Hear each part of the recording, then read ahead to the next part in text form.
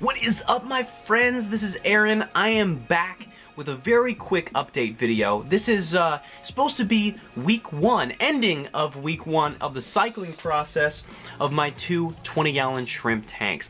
Now, the cycling process itself is going great. I mean, the tank is looking good, the parameters are looking good, ammonia's up, nitrites are spiking, everything's going the way it should be. But not everything this week has been stellar. Actually, you know what? I've had a few problems, and it's been really frustrating. Really frustrating. First up, go ahead and ignore this. This is a sensor thing. I'll get to this in a second. I want to talk about a few of the more pressing things. First of all, if you can see right there in the back left, that was one of my plants. And when I say was, I definitely mean that in the most gruesome sense of the word. Both of those plants melted like nobody's business. I have no idea what happened.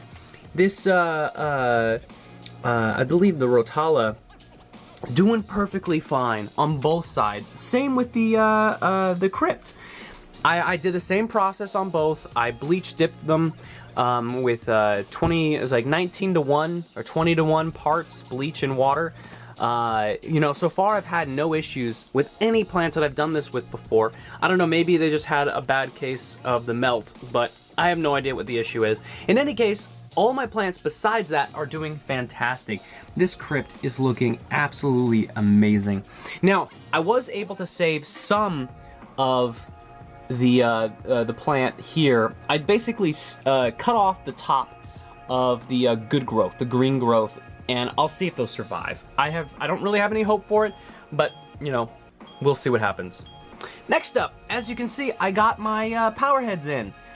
This actually is not the first of the power heads. This is the second round. So here's one of the power heads right here. It's in an awkward spot because I need to have it placed on the other side of the tank. This is a brand 1. I don't remember what the brand of this. These are all like cheap $8 to $9 power heads. And, you know, that's probably why I have the issue that I'm having. So here's the issue. These two, the one with the little yellow cap, are really loud. Okay, they cause a clicking noise. Now I have taken them apart. I have tried working with it. It just did not work. So I went ahead and ordered these. They just arrived today. They're quiet.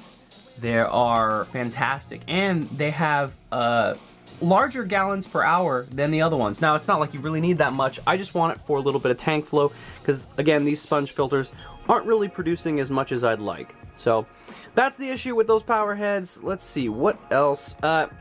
The heaters.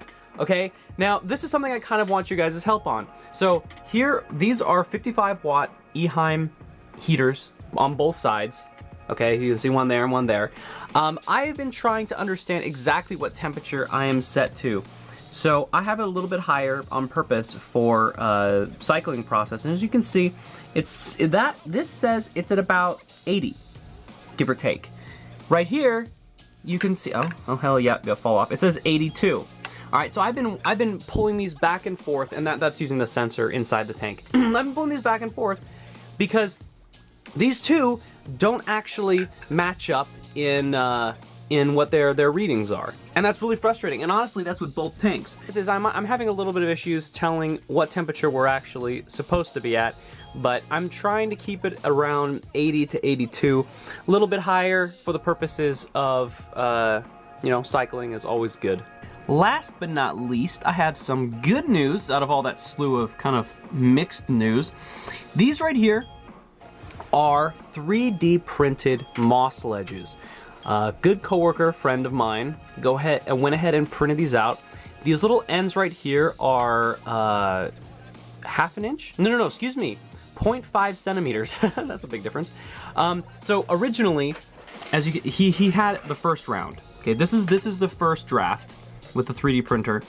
And as you can see, the gaps are a lot larger. It doesn't look as nice. He actually, I don't know if you can even see this, he attempted to write in Aaron's Aquatics on it, but that was more of a tongue-in-cheek joke. This one, I think it looks a lot better. It's fantastic. It's gonna be awesome. I do have 4 of these ready to go, because what I'm gonna end up doing is either I'm gonna put them on the back, or I'm gonna put them on the side once my moss does get in, and we're gonna go ahead and create some moss ledges, and that's gonna be a whole lot of fun. We're gonna be having them on both sides. It's going to look fantastic. And by the way, the material used for this, I believe, is PLA. which is a plastic polymer, I believe, of some kind. I don't have a 3D printer myself, I'm just going by what I sort of know. It does biodegrade over time, however, it is not toxic towards fish or for shrimp, so we should be good. Alright guys, that's the update for week 1. Like I said, I wanted to keep this short, I wanted to keep this simple. I have had a bunch of problems this week. The power heads I've had to replace twice. The heater situation, it's been a problem, but I'm hoping to get this under control. But I am looking forward to getting my moss in. I should be getting it this week. So what I'll be doing is putting some moss in the moss ledges. I'll be putting some moss on the coconut half shells that you see inside there.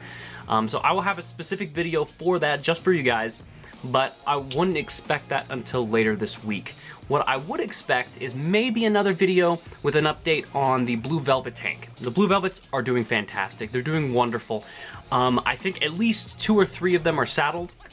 The babies, they're growing incredibly fast. I didn't actually know shrimp grew this fast. I really didn't. But from when I used to be able to see them, let me put it this way, at least now I can focus with them on my camera. That's a plus. So that's about it, guys. Thanks for watching. My name's Aaron. See you next time.